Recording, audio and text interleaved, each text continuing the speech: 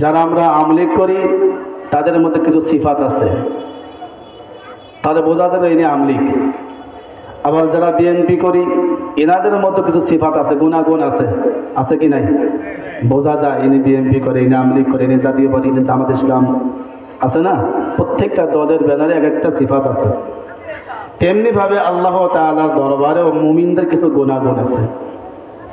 মুমিন কাকে বলা হয়, মুমিনদের গুণাগুণ কি থাকা চায়, একটু আমাদের মিলাতে হবে যে এই গুণাগুণের মধ্যে আমরা পড়েছি কিনা, এই গুণ আমার আপনার মধ্যে আছে কিনা। মুমিনদের এক নম্বরের যে সিফাত, এক নম্বরের যে গুণ, সেটা হলো মুমিন ভয় করবে কাকে? আরো জোরে বলি কাকে? আল্লাহকে ভয় করবে।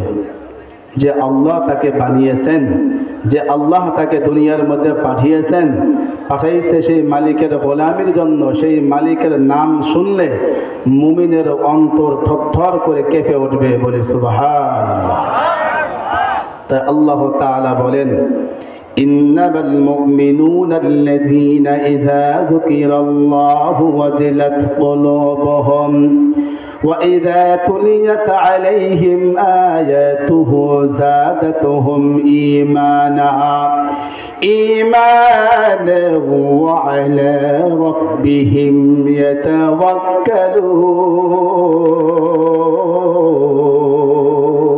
আল্লাহু আকবার। মুমিনদের এক নম্বর সিফাত, মুমিনদের সামনে যখন আল্লাহ তাআলার নাম নেওয়া হবে, মুমিন যখন কান দ্বারা আল্লাহ তাআলার নামটা শ্রবণ করবে, তখন মুমিনের অন্তর মালিকের ভয়ে থরথর করে কাঁপা শুরু করে দেবে, তাদের হৃদয়ের মধ্যে কম্পন সৃষ্টি হয়ে যাবে। কথা কই না, ঠিক কিনা?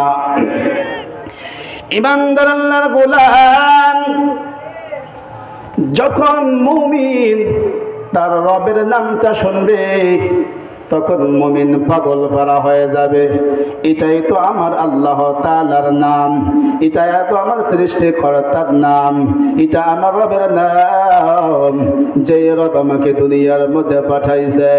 যখন মুয়াজ্জিন মসজিদ থেকে আজান দেয়, কত মুমিন হাত থেকে কাজটা ফেলিয়া মসজিদের মধ্যে চলে আসে। আবার আর এক শ্রেণীর মানুষ আছে, কাজ না থাকলেও তখন কাজের মধ্যে জুড়ে যায়। কথা কয় না, ঠিক কিনা? মুহতারাম হাজিরিন, মুমিনদের এক নম্বরে সিফাত, যখন আল্লাহ তাআলার নামটা শুনবে, তখন তাদের অন্তর ভয়ে কম্পন, হৃদয়ের মধ্যে কম্পন সৃষ্টি হয়ে যাবে, অন্তরটা থরথর করে কেঁপে উঠবে। মুমিন আল্লাহ তাআলাকে কি পরিমাণ ডরায়, কি পরিমাণ ভয় পায়, যে বান্দা আল্লাহ তাআলার ভয়ে নামাজ কাজা করে না, বান্দা আল্লাহ তাআলার ভয়ে ফজরের সময় না নামাজ পড়ে ঘুমায় থাকে না। মুমিন কখনো ঠান্ডা পানিকে ভয় করবে না, মুমিন কখনো বাকবাল্লুককে ভয় করবে না, মুমিন একজনকে ভয় করবে, সেটাই হলো আমার আল্লাহ। কথা ভাই দেখা ঠিক কি না? মুমিন আর কাউকে ভয় করবে না, কোন নেতাকে না, নেত্রীকে না, কোন মাতবরকে না, কারণ আরে চক্ষু, আরে লাল চক্ষুকে ইমানদার ভয় করবে না, ভয় একজনকেই করবে, তিনি আমার আল্লাহ। তিনি কে? আল্লাহকে ভয় করবে। ও বান্দা কেন সুদ খাও না? বলা হয় আমি আল্লাহকে ভয় করি। ও মুমিন তুমি কেন ঘুষ খাও না? আমি আল্লাহকে ভয় করি। তুমি কেন জিনা করো না? এবার মুমিন বলবে আমি আল্লাহকে ভয় করি। তুমি কেন চুরি করো না? আমি আল্লাহকে ভয় করি। কেন ডাকাতি করো না? আমি আল্লাহকে ভয় করি। যখন আল্লাহ তাআলার ভয় বান্দার অন্তরের মধ্যে পড়ে যায় আর বান্দার অন্তরের মধ্যে ঢুকে যায়, তখন বান্দা দুনিয়ার মধ্যে আর কোনো অন্যায় করতে পারে না। ঠিক কি না? আজকে অন্যায় করি কেন? আমাদের অন্তরের মধ্যে আমার আল্লাহ তাআলার ভয় নাই।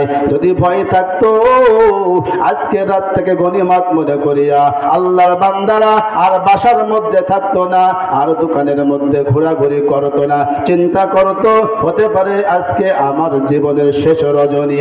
এই জন্য মা যাদের এখনো উপযুক্ত সন্তান ঘরের মধ্যে রয়েছে, তাড়াতাড়ি সন্তানকে বোঝায় মাহফিলের ময়দানে পাঠিয়ে পাঠিয়ে দেন।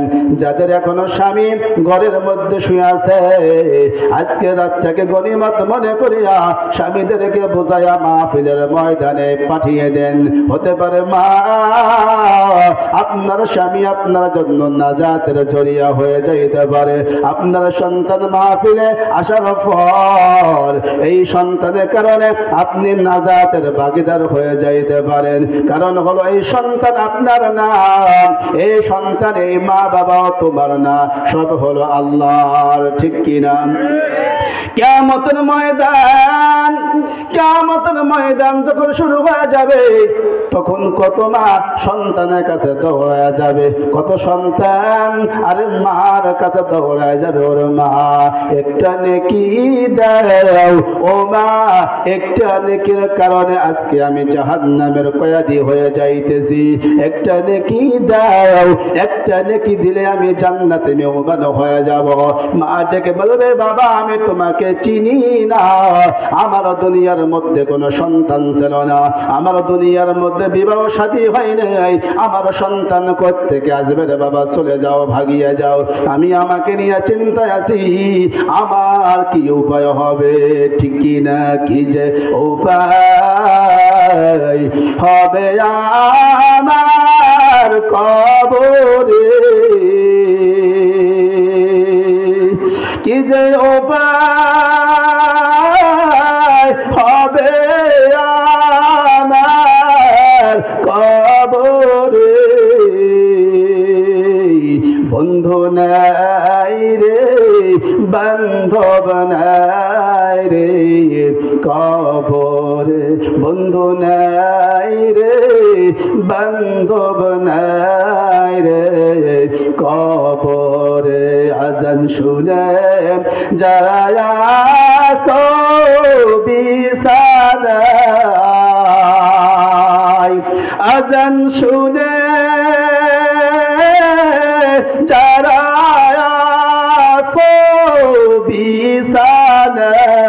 বিছানায়, তাদের জন্যে কান্দেন নবী মদিনায়, তাদের জন্যে কান্দেন নবী মদিনায়। সেই নবীজির জন্য কি মায়া লাগে না, সেই নবীজির জন্য কি মায়া লাগে না। হায়রে মুমিন নামাজ কেনে পড়ো না, হায়রে মুমিন নামাজ কেনে পড়ো না। আল্লাহু আকবার, আরো জোরে বলি আল্লাহু আকবার। সন্তান মাকে পরিচয় দেবে না, মাও সন্তানকে পরিচয় দেবে না। ওই কঠিন দিনের কথা চিন্তা করিয়া মা আপনি আপনার সন্তানকে পাঠাইয়া দেন, আপনি আপনার স্বামীকে পাঠাইয়া দেন। হতে পারে আজকের রজনী আপনার জন্য হিদায়াতের জরিয়া। ঠিক কিনা? মহতারাম হাজিরিন, বলতেছিলাম মুমিনদের এক নম্বর গুণ, মুমিনেরা সব চাইতে যাকে ভয় করবে তিনি কে? আরো জোরে বলি তিনি কে? বান্দা আল্লাহকে ভয় করবে, আল্লাহকে ভয় করিয়া বান্দা গুনাহ থেকে দূরে থাকবে। কেন গুনাহ করে না? বান্দা বলে আমি আমার আল্লাহকে সব চাইতে বেশি ভয় করি। ঠিক কি না? যার অন্তরের মধ্যে আল্লাহ তাআলার ভয় আছে সে কখনো গুনাহ করতে পারেনি, কথা কয় না, পারেনি, গুনাহ করতে পারে না। যারা দিলের মধ্যে আল্লাহ তাআলার ভয় আছে সে নামাজ কাজা করতে পারে না। কেন পারে না? তার অন্তরের মধ্যে যার ভয় তিনি আমার আল্লাহ। ঠিক না? একবার যদি দিলের মধ্যে ভয় ঢুকে যায় ওই ব্যক্তি আল্লাহ তাআলার খাস মুমিন হয়ে যায়। বলি সুবহানাল্লাহ। আল্লাহর রাসূল সাল্লাল্লাহু আলাইহি ওয়া আলিহি ওয়াসাল্লাম বনি ইসরাঈলের এক জালেমের ঘটনা সাহাবাদেরকে মাঝে মাঝে মাঝে মাঝে শোনাইতেন। হে আমার সাহাবীর দল, বনি ইসরাঈলের মধ্যে একজন জালেম ছিল, তার নাম ছিল কিফিল। নাম ছিল কি? জোরে বলি, নাম ছিল কি? কিফিল। সে ছিল জালেম। এই জালেম কি বর্তমান দুনিয়ার মধ্যে আসেনি? যে জুলুম করে, তাই না?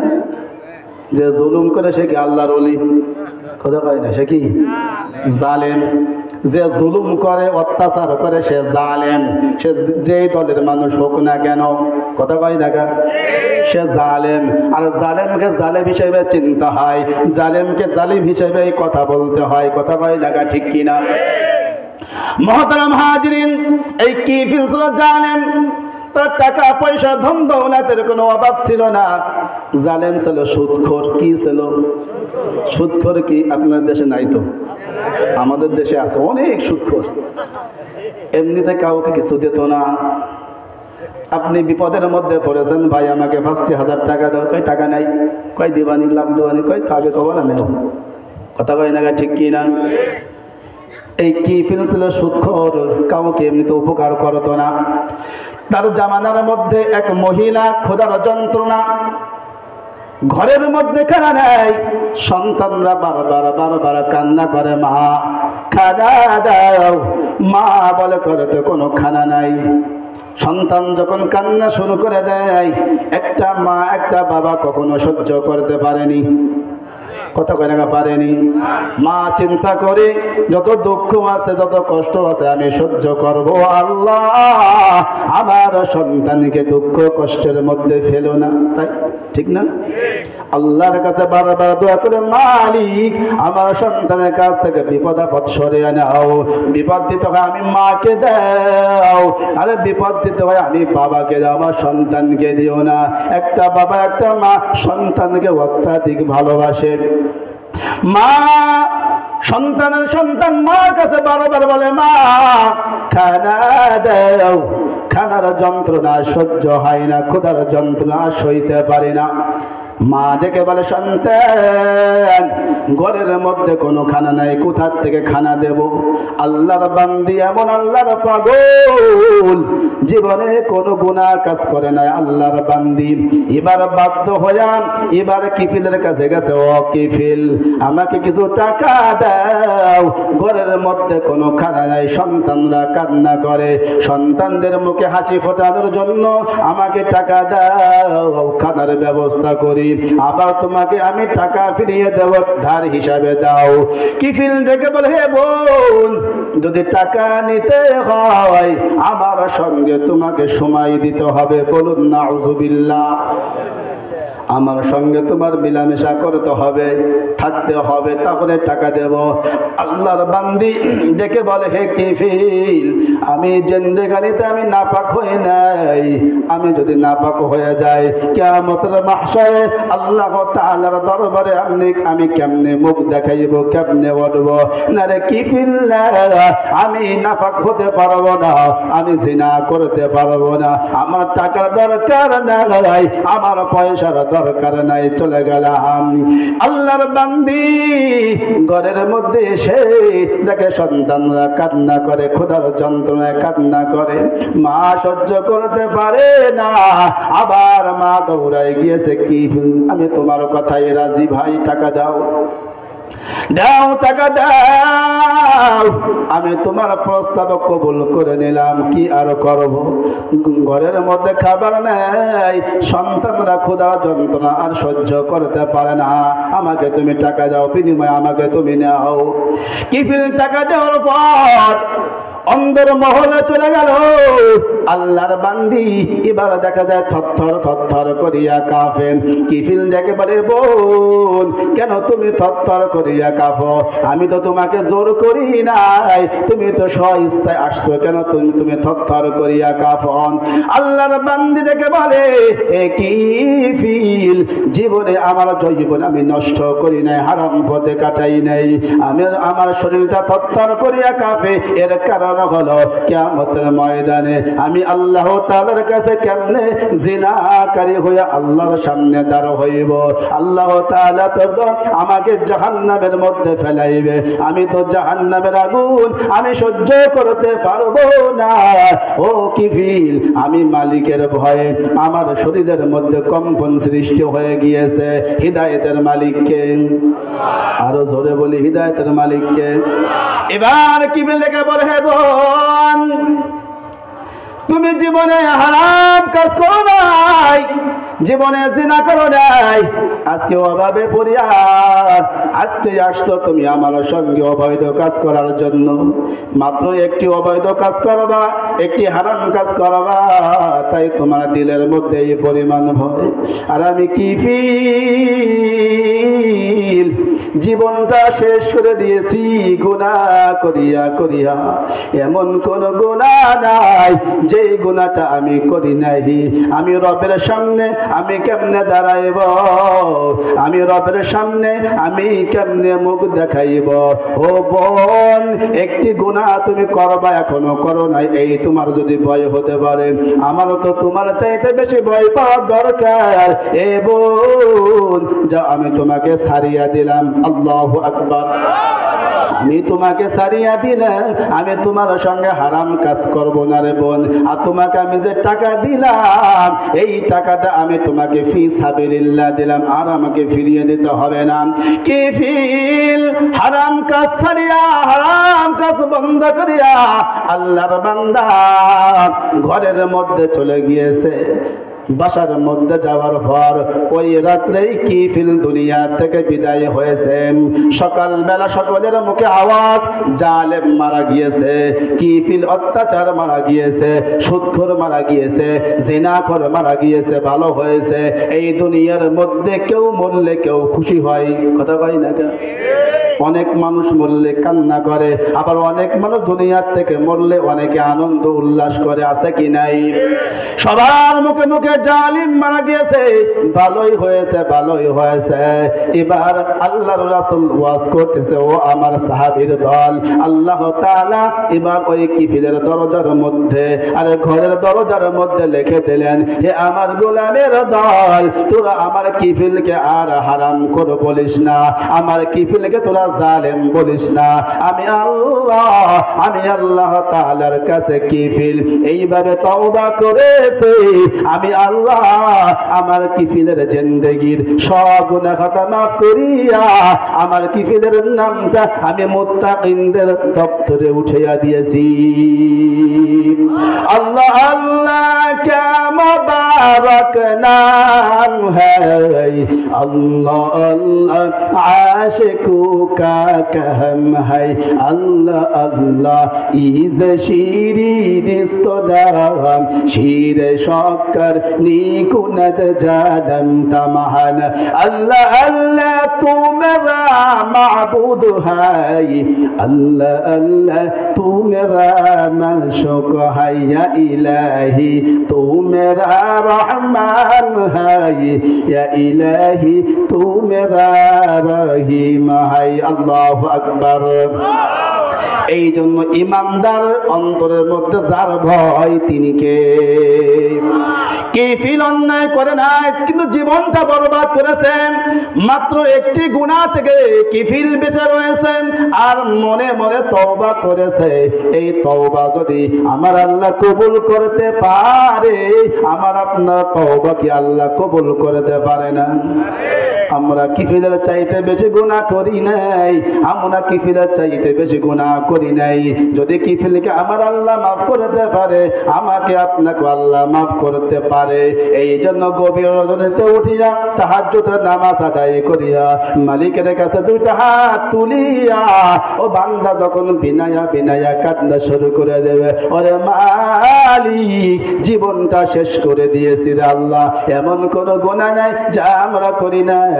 ওরে মালিক তুমি যদি আমার গুনার দিকে একবার তাকাও, ও আল্লাহ তোমার মাফ করতে ইচ্ছা হবে না। ওরে মালিক আমার গুনার দিকে তাকায়ও না, আমি এরকম ভাবে তওবা করতেছি, আর কোনদিন অন্যায় করব না, আর গুনাহ করব না, আর নামাজ কাজা করব না, আর জিনা করব না, আর সুদ খাবো না, আর ঘুষ খাবো না, এরকম বান্দা যদি তওবা নাসুহা করতে পারে গো, আমার ওই আল্লাহ ডেকে বলবে গোলাম যা আমি আল্লাহ তোর জিন্দেগীর সব গুনাহ খাতা মাফ করিয়া দিলাম।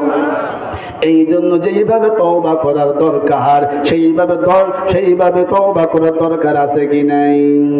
আর গুনাহ করব না, কোন আর গুনাহ করব না, তওবা করেন আর গুনাহ করব না। যদি তওবা করতে পারেন আজকে মাহফিলটা সাকসেস। কথা কয় না গা, ঠিক কি না? আল্লাহর কাছে ইরাদা করেন, আল্লাহ এই মাহফিল থেকে ওয়াদা করলাম আর নামাজ কাজা করতাম না, আর গুনাহ করতাম না, আর জিনা করতাম না, আর চুরি করতাম না, আর বাটপারি করতাম না, আর সিটারি করতাম না। পারবো না ইনশাআল্লাহ? তওবা করেন, দেখবেন আমার মাওলা আপনাকে চলার জন্য সহজ করিয়া দেবে। মুহতারাম হাজিরিন, এক নম্বর হলো আমার মালিকের ভয়, দুই নম্বর হলো ইমানদারের গুণ। ওয়াইযা তুলিয়াত আলাইহিম আয়াতুহু যাদাতুহুম ঈমানা। আল্লাহু আকবার। ইমানদারদের দুই নম্বরের গুণ হলো, ইমানদার যখন আল্লাহ তাআলার কালাম পড়বে, আল্লাহ তাআলার কালাম শ্রবণ করবে, তখন ইমানদারদের ঈমান আরো বাড়িয়া যাইবে। সুবহানাল্লাহ। ইমানদাররা যখন কোরআন তেলাওয়াত করবে, যখন কোরআন তেলাওয়াত শ্রবণ করবে, তখন তাদের ঈমান আগের তুলনায় বাড়ার কথা। কথা কয় না, ঠিক কি না? কিন্তু এই কোরআনের আওয়াজ বন্ধ করার জন্য বন্ধু কম চেষ্টা করো নাই। কথা কয় না? কতই না চেষ্টা করলা, কত মাহফিল বন্ধ করলা, কোরআনের আওয়াজ বন্ধ করলা, কত উলামায়ে কিরামদেরকে জেলখানার মধ্যে নিলা। সবাই তো আছে, মাহফিল আগের চাইতে বেশি হইতেছে, কোরআনের আওয়াজ আগের চাইতে বেশি হইতেছে, ওয়াজ মাহফিল বেশি, উলামায়ে কিরাম বেশি। যে বন্ধ করতে চাইল সে বন্ধ হয়ে গেল। আরে কথা কয় না, ঠিক কি না? কোরআন একটা মুজিজা। যে কোরআনকে বন্ধ করতে চাই সে বন্ধ হয়ে যায়, যে কোরআনকে নিষিদ্ধ করতে চাই সে নিষিদ্ধ হয়ে যায়। তাম পৃথিবীর মধ্যে তার আর কোনো জায়গা থাকে? সবাই ধুর ধুর ধুর ধুর করে তাড়িয়ে যায়, কারণ কোরআন হলো আল্লাহর বাণী, আল্লাহর কথা, আল্লাহর চিঠি। যে ব্যক্তি কোরআনের সঙ্গে বেয়াদবি করলো সে যেন স্বয়ং আল্লাহ তাআলার সঙ্গেই বেয়াদবি করলো। কথা পাই না, ঠিক কি না? এই জন্য মুহতারাম হাজিরিন, ইমানদাররা কোরআন বন্ধ করবে না, ইমানদাররা আরো কোরআনের কথা হোক এটাই চাইবে, ঠিক কি না? তারা কোরআনের কথা বেশি বেশি প্রচার করবে, বেশি বেশি শ্রবণ করবে, শোনার ব্যবস্থা করবে। এর মাধ্যমে ইমানদারদের ঈমান আরো বাড়িয়া যাইবে। তিন নম্বর ইমানদারদের গুণ হলো, ইমানদারদের সিফাত হলো ওয়া আলা রাব্বিহিম ইয়াতাওয়াক্কালুন। আল্লাহু আকবার। তিন নম্বর হলো ইমানদারদের গুণ, তিন নম্বর হলো ইমানদাররা তাওয়াক্কুল করবে কার উপরে? ভরসা করবে কার উপরে? তাম পৃথিবীর কাছে কারো কাছে ধন্না দেবে না। চাকরি আমাকে খাওয়ায় না, ব্যবসা আমাকে খাওয়ায় না, আমার ছেলে মেয়ে আমাকে খাওয়ায় না, আমার ক্ষেত খামার আমাকে খাওয়ায় না, আমাকে কেউ খাওয়ায় না। আমাকে যিনি খাওয়ান তিনি কে? আমার আল্লাহ। আমার আল্লাহ যদি আমাকে খাওয়ায় কেউ না খায় রাখতে পারবে না। কথা ভাই দেখা, ঠিক কিনা? আর আল্লাহ যদি আমাকে না খায় রাখে, তাম পৃথিবীর সম্পদ আমার জন্য হবে না। এই জন্য ইমানদার মুমিনদের তিন নম্বরের সিফাত হলো ইমানদার মুমিনরা তাওয়াক্কুল করবে আল্লাহর উপর। কার উপরে? আল্লাহর উপরে তাওয়াক্কুল করবেন। যারা খাঁটি মুমিন, যারা খাঁটি মুমিন, নামাজের সঙ্গে যারা সম্পর্ক, কোরআনের সঙ্গে যারা সম্পর্ক, আল্লাহ ওয়ালাদের সঙ্গে যারা সম্পর্ক, দেখা যায় অনেক কাজে যে আটকিয়ে যায়। অনেক কাজের মধ্যে যে আটকিয়ে যায়, তখন সে আল্লাহর উপরে তাওয়াক্কুল করে না, না না না আমার আল্লাহ আমাকে এই কাজ থেকে উদ্ধার করে দেবে। বারবার নামাজের মুসল্লায় যায়, কারণ ইমানদারদের দুনিয়ার কাউকে লাগবে না। ইমানদার সম্পর্ক হলো আল্লাহর সঙ্গে, ঠিক কিনা? ইমানদার বিপদের মধ্যে পড়েছ, রোগের মধ্যে পড়েছ, নামাজকে মাধ্যম বানায়া আমি আল্লাহ তাআলার কাছে দোয়া কর। আমার পয়গম্বর বিপদের মধ্যে পড়ে যায়, তো ঘরের মধ্যে খানা নেই, ঘরের মধ্যে কোনো কিছু নেই, আমার পয়গম্বর কি খাবে? আমার পয়গম্বর সাহাবাদের কাছে হাত পাততেন না, আমার পয়গম্বর আগে মসজিদের মধ্যে যাইতেন, 2 রাকাত নামাজ পড়িয়া আল্লাহর কাছে সাহায্য চাইতেন। আমরা পারবনি?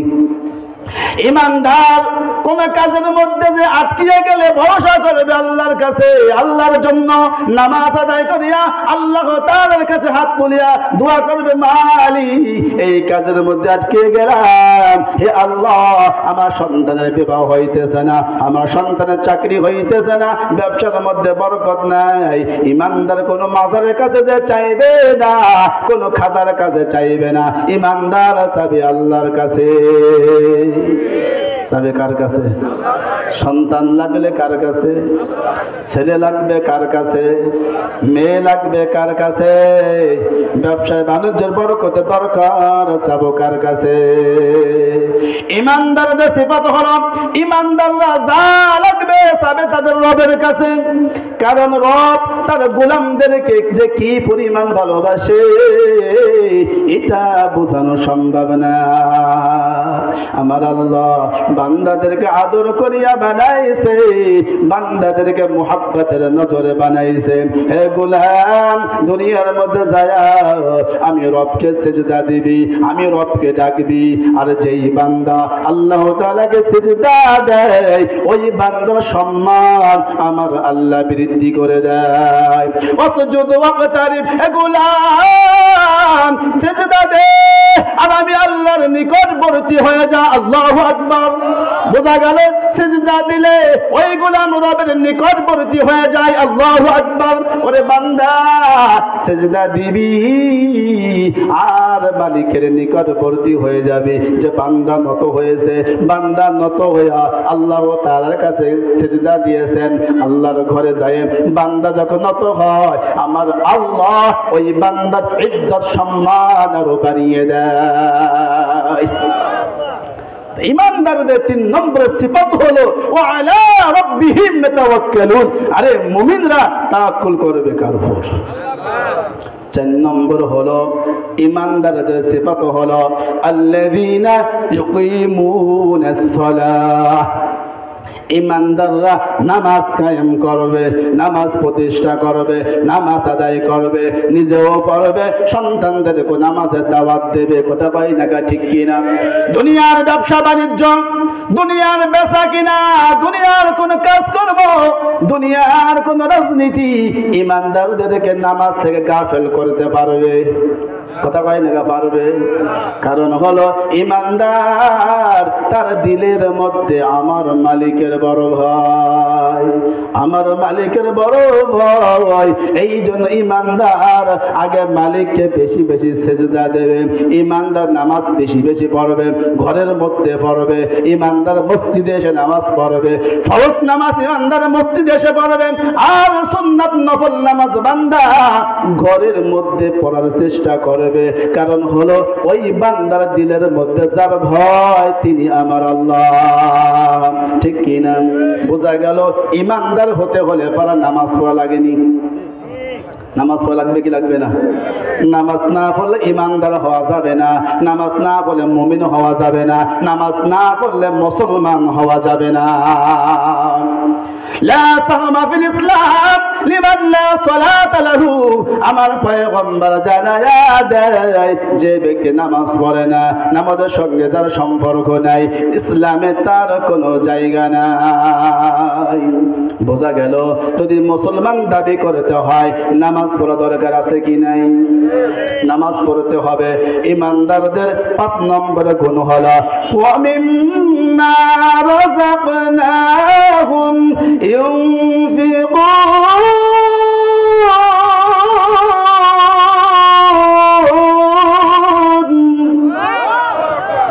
ইমানদারদের 5 নম্বরের গুণ হলো আমার আল্লাহ ইমানদারদেরকে যা দিয়েছেন, যে সম্পদ দিয়েছেন, ইমানদাররা তাই ব্যয় করবে আল্লাহর রাস্তায়, ঠিক কি না? আল্লাহর রাস্তায় ব্যয় করবে, এটা হলো ইমানদারদের গুণ। ইমানদাররা আরে তাদের সম্পদ থেকে আল্লাহর রাস্তায় ব্যয় করে মজা পায়। অনেক মানুষ মসজিদে টাকা দিয়ে মজা পায়, মাহফিলের ময়দানে টাকা দিয়ে মজা পায়, আর একজন মাহফিলের জন্য টাকা চাইলে খ্যাক খ্যাক করে ওঠে, আছে কি নাই? তারা গানের আড্ডায় টাকা দিয়ে মজা পায়, ইমানদার মাহফিলের ময়দানে টাকা দিয়ে মজা পায়, ইমানদার মসজিদে টাকা দিয়ে মজা পায়। ইমানদার দিন ধর্মের জন্য টাকা দিতে পারলে অন্তরে স্বাদ পায়, ঠিক কিনা? এটা হলো ইমানদারদের লক্ষণ। ইমানদার ভালো কাজ করতে পারলে তাদের অন্তরে তৃপ্তি হয়, অন্তরটা মলিন হয়ে যায়, যে এটা আমি দিতেছি, আমি পরকালে পাবো। যেই দিন আমার সঙ্গে কেউ থাকবে না, আমার সন্তান থাকবে না, আমার স্ত্রী থাকবে না, আমার বন্ধু বান্ধব, আমার ভাই বন্ধু কেউ থাকবে না, ওই দিন এই সম্পদটা আমার কাজে লাগবে, ঠিক কিনা? একটুখানি নেকির তরে রোজ হাসরের মাঠেতে বাবা ঘুরবে ছেলের পিছে, ছেলে বাবার আগেতে। আহারে মন কঠিন দিনেতে নামাজ তোমায় ভুলবে না, আহারে মন কঠিন দিনেতে নামাজ তোমায় ভুলবে না।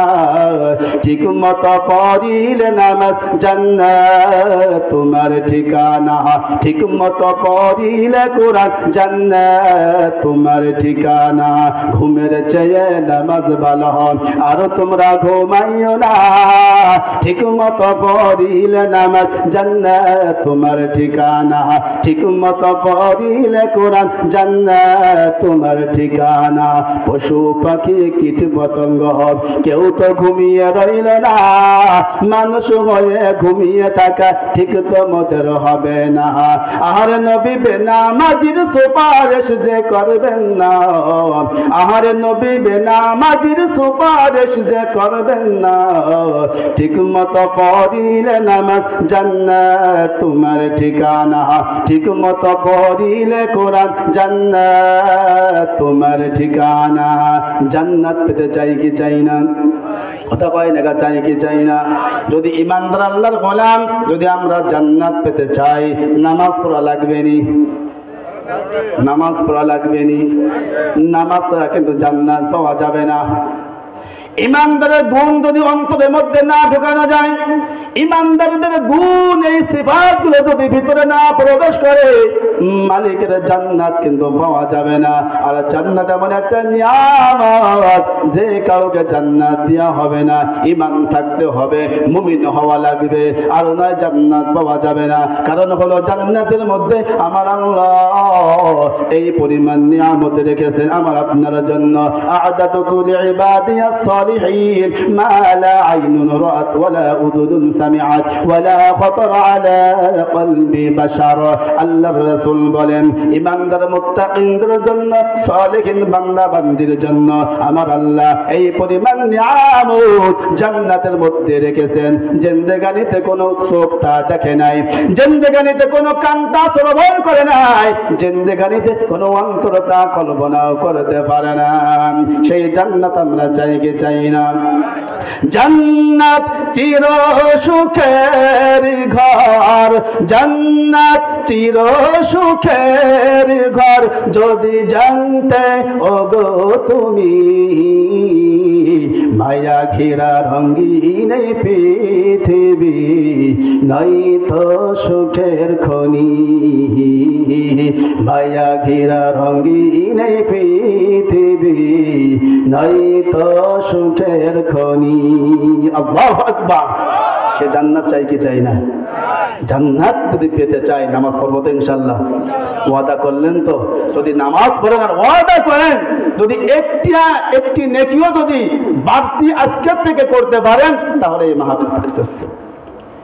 মাহফিল দেওয়া তো জান্নাতের সাথে মানুষ যেতে পারে, জান্নাতের রাস্তায় চলতে পারে, এই জন্য তো মাহফিল দেওয়া, ঠিক না? এই জন্য ভাই নামাজ পড়লাম না, মাহফিল দিয়ে কোনো লাভ নাই। আজকে প্রত্যেকে এক একটা মাসালা শিখে যান, একটা আমল শিখে যান, দেখবেন আপনার এই মাহফিল হিদায়াতের জন্য জরিয়া হয়ে যাইবে।